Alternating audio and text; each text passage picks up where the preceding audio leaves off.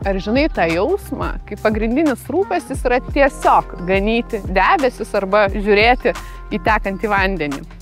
O gal tau labiau pažįstama ta dienos rutina, kai nuo ankstyvo ryto joje bandai sutalpinti viską, kas įmanoma. Vietoj grožinės literatūros skaityti mokslinę, plaudamas indus klausytis podcast'o ir daryti begalę kitų dalykų tik tam, kad būtum produktyvesnis ir nuveiktum kuo daugiau. Taigi, ar iš tiesų gyvenam, ar tiesiog įgyvendinam planą? Būtent tokia tema diskutuosime būtent festivalyje rugpjūčio 30 dieną 17 val. Kur 3 žavių moterų klausiu, o kodėl taip atsitiko, kodėl mes norim kiekvieną dieną padaryti maksimaliai efektyvę ir produktyvę, kaip mūsų kūnas reaguoja, kai mes nuolatos parengties būsenoje ir vis kažką ketinam veikti.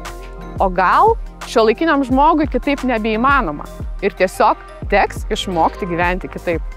OVC Consulting švenčia 30 metų jubiliejų ir būtent festivalyje turėsim net 10 įdomių, be galo prasmingų ir vertingų diskusijų.